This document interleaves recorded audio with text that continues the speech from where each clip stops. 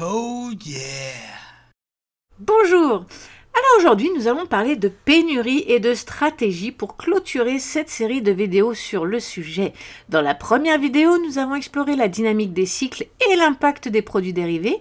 Dans la deuxième vidéo, nous avons analysé les ETF et leur appétit insatiable pour le Bitcoin. Maintenant, il est temps de parler de pénurie et de stratégie. Mais avant d'aller plus loin, assurez-vous d'avoir vu les deux premières vidéos. Sans elles, vous risquez de passer à côté de véritables enjeux dans cette dernière vidéo, parce que vous risquez de ne pas la comprendre. Et puis profitez-en pour vous abonner pour ne pas rater les prochaines. Alors, comme on l'a vu dans la deuxième vidéo, si en seulement un an, une poignée de gestionnaires de fonds a réussi à accumuler plus de 6% de l'offre totale du Bitcoin, mais imaginez ce qui se passera lorsque les gouvernements vont entrer dans la course avec leurs réserves fédérales. Laissez-moi vous donner un petit rappel des chiffres clés. 19,33 millions de bitcoins étaient en circulation au 1er avril 2023. Entre 3 et 5 millions de bitcoins seraient perdus à jamais, ce qui représente entre 18 et 23% de l'offre totale. Les gestionnaires de fonds détiennent plus d'1 million de bitcoins. Satoshi Nakamoto détient également plus d'1 million de bitcoins. Plus de 7,7 millions de bitcoins sont soit perdus, soit conservés à long terme, ce qui fait environ 40% de l'offre totale. Alors ça englobe les chiffres que je vous ai donnés avant, quand je vous parlais de 3 à 5 millions qui seraient perdus, on englobe dans ces 7 millions. Et enfin, il ne reste qu'environ 1,67 million de bitcoins à miner. Donc si on fait le calcul rapide, cela signifie qu'il ne resterait réellement que 13 à 14 millions de bitcoins en circulation. Et encore, ce chiffre inclut les holders qui ne comptent jamais vendre, les baleines qui accumulent, les institutions qui verrouillent leurs bitcoins dans des fonds à long terme. Donc en réalité, le nombre de bitcoins réellement disponibles est bien inférieur à ça. Ce que je veux souligner ici, c'est que seulement 1,6 million de bitcoins restent à miner. Or, en moins d'un an, une poignée d'institutionnels a déjà acheté plus de 600 000 bitcoins. Est-ce que vous comprenez ce que ça signifie ? Vous voyez bien que mathématiquement, ce n'est pas possible. Il n'y en aura pas pour tout le monde. Plusieurs initiatives aux États-Unis visent déjà à accumuler des quantités massives de bitcoins. Il y a l'initiative fédérale. La sénatrice Cynthia Lummis a proposé un projet de loi pour créer une réserve stratégique de bitcoin. Son plan, c'est d'acheter environ 200 000 bitcoins par an pendant 5 ans, soit environ 1 million de bitcoins, ce qui représente 5% de l'offre totale. Ensuite, il y a l'initiative des États américains. Une analyse récente indique que 20 projets de loi à travers 18 États américains proposent d'établir des réserves de Bitcoin au niveau étatique. Si ces projets sont adoptés, ils pourraient mener à l'achat collectif de 247 000 Bitcoins. Et ça, c'est juste pour les États-Unis. Vous imaginez bien que si les USA commencent à acheter massivement du Bitcoin, le reste du monde suivra. Mais il va y avoir un problème majeur. Il n'y aura pas assez de Bitcoin pour tout le monde. Ils achètent plus vite que ce qui est produit. Actuellement, les ETF Bitcoin achètent plus vite que leur rythme de minage. Après le halving de 2024, la production de nouveaux Bitcoin a été encore plus réduite, accentuant cette pénurie. Il va donc falloir qu'ils trouvent un moyen de vous faire vendre vos Bitcoins. Leur arme principale, vous le savez, c'est la peur. Crash, régulation, piratage, campagne de désinformation, tout sera bon pour vous faire paniquer et vous pousser à vendre. Mathématiquement, ça peut pas tenir. Le problème est simple, il y a plus de 250 pays dans le monde et si chaque pays veut sa part de Bitcoin, c'est mission impossible. Seuls les plus rapides et les plus agressifs obtiendront leur part. S'il ne reste que 1,6 million de Bitcoin, comment en récupérer plus ? Eh bien, si la majorité des bitcoins se retrouvent entre les mains des institutions et des gouvernements, la seule façon pour eux d'en acquérir davantage sera que vous leur vendiez les vôtres. Donc, deux scénarios possibles se dessinent. Le scénario 1, une explosion des prix. Donc, dans un avenir pas si lointain, la rareté du bitcoin pourrait faire grimper son prix à des niveaux encore jamais atteints. Et 1 million de dollars par bitcoin d'ici 5 à 15 ans, ce n'est pas une utopie dans ce contexte, c'est mathématiquement plausible. Scénario numéro 2, un marché baissier contrôlé et prolongé. Pour éviter une montée trop brutale du Bitcoin, les grandes institutions pourraient provoquer une peur extrême. Un marché stagnant ou baissier pendant des mois, voire des années, pour décourager les investisseurs particuliers. Une tempête de régulation pourrait aussi limiter l'accès au Bitcoin et forcer les ventes. Et le plus probable, c'est que ces deux scénarios pourraient coexister. On pourrait voir une alternance entre des périodes d'euphorie extrême et des phases de peur et de stagnation prolongées, orchestrées pour maximiser l'accumulation institutionnelle. Ce qui est quasiment sûr, c'est que les cycles tels que nous les connaissons ont déjà amorcé leur changement. Parce qu'il faut bien que le Bitcoin ait de la valeur. Si tout le monde possède des Bitcoins mais que ça vaut rien, ça sert à rien. Donc il faut bien que les gens veulent acheter des bitcoins, donc on rentre dans les périodes euphoriques, mais après, une fois que le prix a bien augmenté, on veut pouvoir les récupérer, ces bitcoins. Alors pour ceux qui ne sont pas très familiarisés avec le minage du bitcoin, il est important de comprendre que le bitcoin ne se fabrique pas comme de l'argent classique. Le Bitcoin, il est généré par un processus appelé minage qui consiste à valider et sécuriser des transactions sur le réseau. Donc, contrairement aux billets de banque qui sont imprimés par la banque centrale, les Bitcoins ne sont pas produits en appuyant sur un bouton. Ce sont les mineurs des ordinateurs spécialisés qui effectuent des calculs complexes pour vérifier les transactions. En échange de leur travail et pour compenser les coûts, eh bien, ils reçoivent une récompense en Bitcoin, ce qui incite les mineurs à maintenir le réseau sécurisé.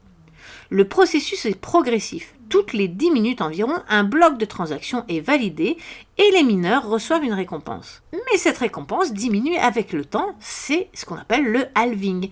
C'est un événement qui survient environ tous les 4 ans et qui réduit de moitié le nombre de bitcoins créés et donc le nombre de récompenses que les mineurs obtiennent. Mais en même temps, ça devient de plus en plus complexe de fabriquer des bitcoins parce que les calculs sont de plus en plus complexes, demandent des machines de plus en plus performantes et génèrent un coût électrique de plus en plus important aussi. Donc pour que ça vaille le coup, il faut que le prix du bitcoin compense tout ça. Donc il faut que le prix du bitcoin augmente. C'est une sorte d'écosystème, tout est relié et bien pensé. Donc, pour que vous compreniez bien, le dernier Bitcoin ne sera miné qu'en 2140. Donc, autant dire que nous serons tous morts d'ici là et que Bitcoin deviendra de plus en plus rare au fil des décennies. Qu'est-ce que ça veut dire ça ? Ça veut dire qu'il ne faut pas compter sur la création de nouveaux Bitcoins pour remplir leurs poches. D'autant plus que, je le rappelle, ce sont les mineurs qui détiennent les nouveaux Bitcoins. Donc, ça veut dire qu'il faut que les mineurs acceptent de vendre leurs Bitcoins. Ça aussi, c'est un autre problème. Donc, une pénurie de Bitcoin est tout à fait envisageable et à mon avis, ça nous pend au nez. Ce qui ne fera qu'exploser son prix. Mais comme tout bon voleur, les puissants de ce monde vont jouer sur vos peurs pour vous forcer à leur vendre ce qu'ils convoitent. Mais avant de voir à quoi s'attendre, revenons sur quelques notions essentielles afin que vous ayez toutes les cartes en main pour bien comprendre la situation. Le Bitcoin a toujours été associé à un cycle de 4 ans en raison du halving justement, qui influence directement l'offre et la demande. En tout cas, c'est ce qu'on pensait jusqu'à présent. Mais comme les cycles traditionnels, comme on l'a vu dans la première vidéo, duraient eux aussi 4 ans, peut-être que ça n'a rien à voir avec le halving et que c'est un cycle naturel. Quoi qu'il en soit, ce cycle de 4 ans pourrait bien évoluer avec le temps pour plusieurs raisons.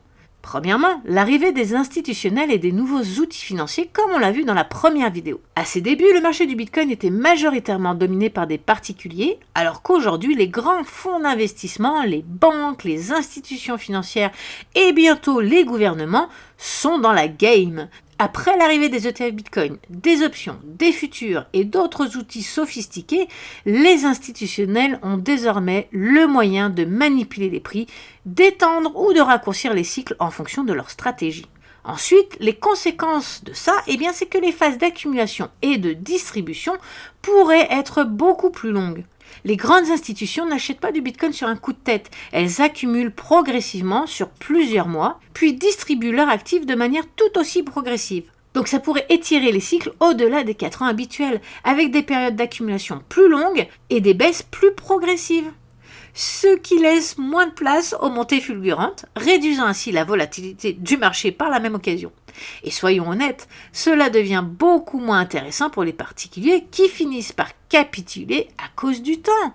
C'est exactement ce qu'on a vécu entre mars et novembre 2024 et exactement ce que nous sommes en train de vivre actuellement. Là, nous sommes en février 2025. L'ennui, le doute et la peur ont poussé bon nombre de personnes à abandonner. Capitulation par le temps, capitulation par le prix, et comme en a parlé Paul de Crypto Recherche dans sa vidéo, et je suis totalement d'accord avec lui, capitalisation par les distractions. Donc certaines personnes ont pu sortir de l'argent investi dans le marché pour le mettre dans des agents artificiels, des memecoins, etc., des trucs de hype sans fondement. Une autre conséquence, c'est un marché plus mature et donc plus liquide.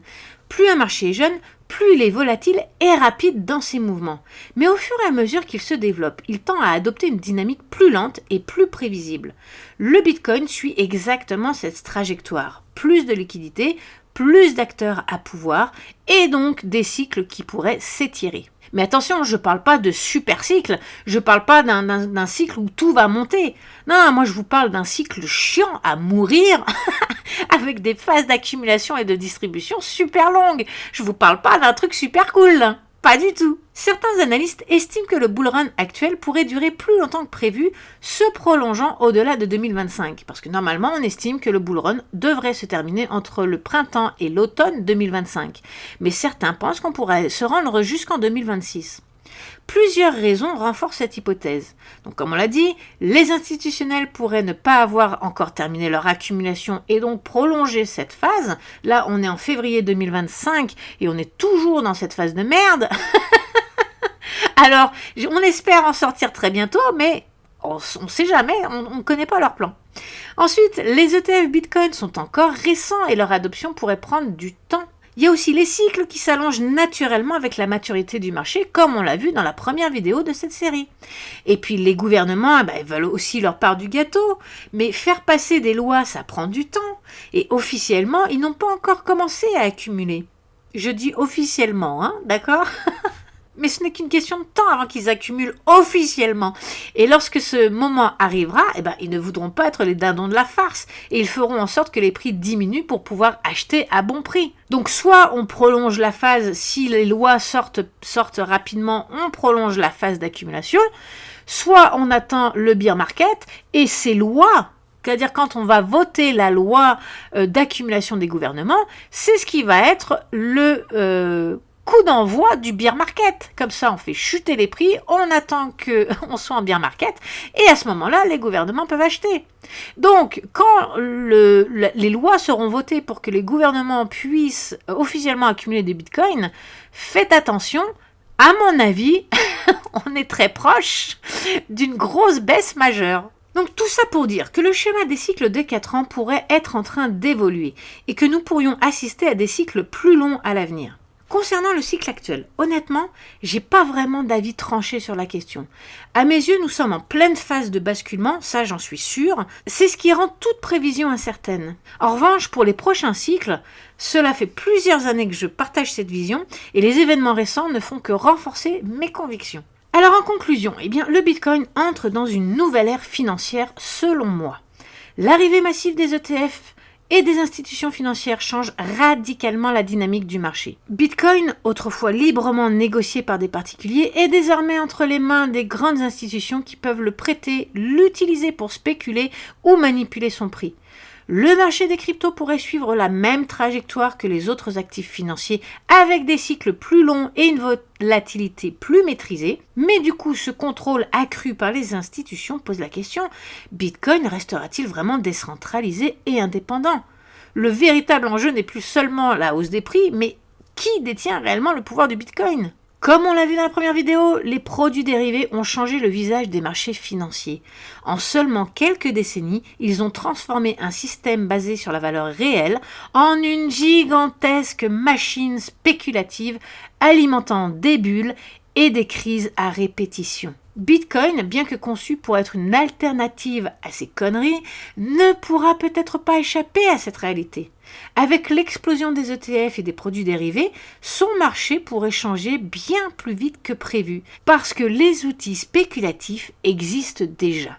et sont déjà ancrés dans le marché du Bitcoin. Donc le Bitcoin pourrait bien voir ses cycles s'allonger au fil des années, s'éloignant progressivement de la rigidité du halving pour adopter une dynamique plus fluide et influencée par des forces macroéconomiques beaucoup plus larges. Ceux qui comprendront cette évolution pourront mieux anticiper les futurs mouvements du marché et ajuster leur stratégie en conséquence. Le Bitcoin devient un actif de plus en plus rare et convoité. Les institutionnels ont déjà pris une longueur d'avance et maintenant les gouvernements veulent leur part. Mais je le redis, il n'y aura très certainement pas assez de Bitcoin pour tout le monde. Les prochains mois et années seront cruciaux. Soit vous comprenez ce qui est en train de se passer et vous sécurisez vos avoirs, soit vous risquez de céder sous la pression et de vendre au pire moment. Comment je vais adapter ma stratégie dans ce nouveau marché? Alors, avant de vous expliquer, d'abord, je tiens à vous donner ma règle d'or. La règle d'or, c'est ne jamais vendre ses bitcoins. Si vous me suivez depuis un moment, vous savez que je le répète constamment. On ne vend jamais ses bitcoins, c'est la règle numéro 1. Ok, ensuite, comment je vais m'adapter? Alors, comment acheter du bitcoin? Eh bien, il y a deux stratégies qui restent pertinentes, même si les cycles ont changé, c'est pas grave. Deux stratégies restent pertinentes sur le long terme. C'est le DCA, qui consiste à acheter régulièrement sans se soucier des fluctuations de prix. Mais ça, c'est pour le long terme. Attention, hein, si vous faites ça sur le court terme, ça n'a aucun sens. On parle bien de long terme, ok ? Et la deuxième stratégie, eh bien, c'est de renforcer sa position lors des corrections. Donc, à chaque chute, vous en profitez pour racheter à bon prix. Et j'insiste, soyons bien clairs, je parle de long terme pour le Bitcoin. Maintenant, pour le cas des altcoins. Comme on l'a vu pendant ce cycle, c'est un pari de plus en plus risqué. Dès 2022, dans l'une de mes premières vidéos d'ailleurs, je vous expliquais que je ne croyais pas aux crypto-monnaies sur le très long terme. Pourquoi? Parce que je ne vois pas comment autant de cryptos peuvent survivre. À l'époque, il y avait environ 20 000 cryptos et je trouvais ça déjà totalement absurde. Mais aujourd'hui, on en a plus de 36 millions. Ça n'a aucun sens. Alors oui, je me sers des cryptos pour faire de l'argent comme tout le monde. Mais contrairement au Bitcoin, je ne crois absolument pas à leur pérennité. Pourquoi, selon moi, les altcoins sont voués à disparaître? Bien, déjà, la plupart des altcoins n'ont aucune utilité indispensable, si ce n'est la spéculation. Mais regardons plus concrètement de quoi je parle. On utilise souvent les altcoins pour payer les frais sur certaines blockchains. Par exemple, Ethereum pour les frais de gaz, etc. Mais rien n'empêcherait d'utiliser du Bitcoin ou des stablecoins à la place pour payer ses frais. On n'est pas obligé d'avoir une monnaie par blockchain pour payer des frais. On peut le faire avec une autre monnaie. Pour la gouvernance, on utilise des jetons pour voter sur certaines blockchains. Mais là encore, on pourrait très bien créer un jeton universel et l'utiliser pour tout. Pour ce qui est du collatéral et la DeFi, aujourd'hui, on empile les altcoins dans des stratégies de staking et de prêt, ce qui crée un effet pyramidal fragile, basé uniquement sur la redistribution artificielle, j'insiste sur ce mot, des nouveaux tokens. La DeFi repose sur un système circulaire où l'on stake ou prête un jeton pour obtenir des intérêts, puis on reçoit un autre jeton qu'on peut à son tour prêter, staker ou utiliser comme collatéral, créant ainsi une boucle infinie de rendement artificiel, jusqu'à l'inévitable effondrement. Nous avons déjà vu ce schéma dans le passé, des produits financiers dérivés empilés les uns sur les autres jusqu'à ce que tout s'effondre. Est-ce que ça vous ne rappellerait pas la crise des subprimes? Pour n'en citer qu'un. Donc garder des altcoins de cycle en cycle, c'est devenu très risqué. Avant, la stratégie classique était très simple. On achetait en période d'accumulation et on revendait en fin de cycle. Il n'y avait pas besoin d'avoir fait Sciences Po pour faire ça. Mais cette stratégie ne fonctionne plus aussi bien. Regardez ce cycle. De nombreux altcoins ont vu leur performance s'effondrer et beaucoup sont même retombés à leur prix du début du cycle. On n'avait jamais vu ça dans les autres cycles. Sauf si c'était une monnaie de merde. Mais je veux dire, pour des monnaies avec des bons fondamentaux, moi personnellement, je suis dans les crypto-monnaies depuis 2012, je n'avais jamais vu ça. Donc les règles du jeu ont changé. Que ça nous plaise ou non, elles ont changé et je vais donc adapter ma stratégie en conséquence. Alors pourquoi le holding, selon moi, n'est plus viable? Le holding fonctionnait parce que les cycles étaient parfaitement synchronisés et on avait des repères dans le temps. Mais si les cycles changent, nos repères disparaissent. Comment savoir si nous sommes en bull run, en fin de cycle ou simplement dans une phase haussière temporaire? Si on ne peut plus se fier au temps, alors le holding devient un pari aveugle. C'est pour ça que je vais totalement changer ma façon de faire au prochain cycle. Donc ma nouvelle approche, ça sera le swing trading. Plutôt que de bloquer mon capital sur plusieurs années en espérant des profits futurs, je vais adopter une approche plus dynamique avec le swing trading. C'est quoi le swing trading? Pour ceux qui ne connaissent pas, c'est une stratégie basée sur le moyen terme et non pas le long terme. Donc c'est un peu la même chose, on va acheter après une chute significative et on va revendre quand le prix monte avant qu'il y ait une nouvelle rechute. Donc contrairement au holding, on a des repères clairs parce qu'on peut s'appuyer sur des indicateurs techniques et graphiques plutôt que sur une durée cyclique. Donc l'avantage du swing, c'est qu'on génère des revenus plus régulièrement au lieu d'attendre des années. Donc, on prend moins de risques parce que le capital n'est pas immobilisé trop longtemps. En général, c'est 2 à 3 mois. Et cela nous permet de nous adapter aux nouvelles dynamiques du marché sans dépendre d'un cycle précis. Je préférais le holding, c'est clair. Je le pratiquais depuis 2012, comme vous le savez si vous me suivez. Mais on doit vivre avec son temps et si on n'évolue pas, on meurt. C'est comme ça dans la nature, c'est comme ça dans les finances. Alors, qu'est-ce que je vais faire du coup? Eh bien, je pense, alors attention, je vais vous expliquer ce que je pense à l'heure actuelle faire, mais j'insiste, je vous expliquerai tout ça dans le futur, quand le cycle sera terminé, parce que je ne peux pas savoir à l'avance, je n'ai pas encore tiré tous les enseignements que ce cycle nous a à nous donner. Donc là, de but en blanc, je pense que c'est comme ça que je vais faire, mais je vais la faire évoluer, je vous en parlerai sur ma chaîne, donc abonnez-vous au passage, vous serez tenu informé en temps voulu.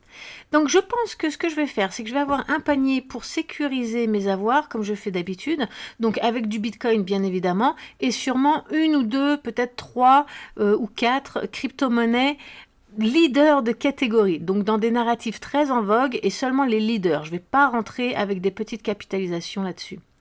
Ensuite, je ferai un deuxième panier où je mettrai peut-être, je prendrai un peu plus de risques, où je mettrai peut-être un peu plus de leaders de catégorie. Et puis éventuellement un troisième panier où je mettrai une ou deux peut-être monnaies à risque, mais pas plus qu'une ou deux. Là. Je vais vraiment être très restreinte là-dessus et très sélective. Ensuite, la façon dont ça va marcher, c'est que je vais le faire ça avec, donc on pourrait dire que j'ai même un quatrième panier parce que je vais avoir deux stratégies différentes. Je vais avoir le spot, donc je vais faire du swing trading avec du spot, c'est-à-dire que j'achète à chaque correction et je revends avant chaque correction, en tout cas le plus possible avant la correction. Et donc du coup, eh bien ça c'est du spot. Et l'autre technique, c'est plus avec des produits dérivés, donc sur des futurs, où là, je vais jouer avec des leviers, mais sur la même chose. C'est-à-dire que je vais prendre sûrement les mêmes monnaies, sûrement surfer sur les mêmes tendances et les mêmes timings, mais avec des leviers ce coup-ci. Donc je les emmènerai peut-être probablement moins loin, ou en tout cas il y aura peut-être plus de transactions, parce que si on pouvait tous acheter à bas prix et puis avec des leviers et attendre la fin du mouvement, tout le monde le ferait bien sûr. Donc non, c'est bien évidemment pas possible, parce que c'est pour ça qu'on a justement des mèches, c'est qu'ils vont justement liquider les gens qui sont en position de levier. Donc c'est pas possible, ou en tout cas c'est très difficile de l'emmener du bas jusqu'au haut sans y toucher. Donc du coup ça amène plus de positions, on va les ouvrir, les fermer, les ouvrir, les fermer. Donc c'est deux catégories différentes. Il y a le mode spot, swing trading en spot, et swing trading avec les dérivés. Donc avec tout ça, je devrais être capable de pouvoir générer des profits plus régulièrement, mais surtout en prenant moins de risques. Alors je ne parle pas des leviers, bien évidemment si vous n'avez aucune connaissance de ça, il ne faut absolument pas faire ça, bien évidemment. C'est des techniques bien à part et bien particulières. Et assez risqué, donc ça je le mets à part, mais pour les trois autres paniers, je vais au final faire quasiment la même chose que ce que je faisais avant, sauf que je vais restreindre le nombre de positions que je prends et vraiment me concentrer seulement sur les leaders, et 2, ça va être des transactions beaucoup plus rapides sur les vagues, sur les tendances, sur les mouvements et non pas sur le cycle au complet. Donc voilà, c'est pas mal ça. Mais je le redis, on en parlera le moment venu. Là, c'est une première ébauche, si je puis dire. On verra par la suite pour le reste. Maintenant, comment je compte m'y prendre pour me repérer dans le cycle si jamais les données cycliques changent? Eh bien, je vais me baser sur des indicateurs qui sont justement faits pour le swing trading et pas trop pour le holding, parce que le holding, c'est sur une grande durée de 4 ans, donc c'était principalement les données cycliques, donc les données temporelles qui nous intéressaient.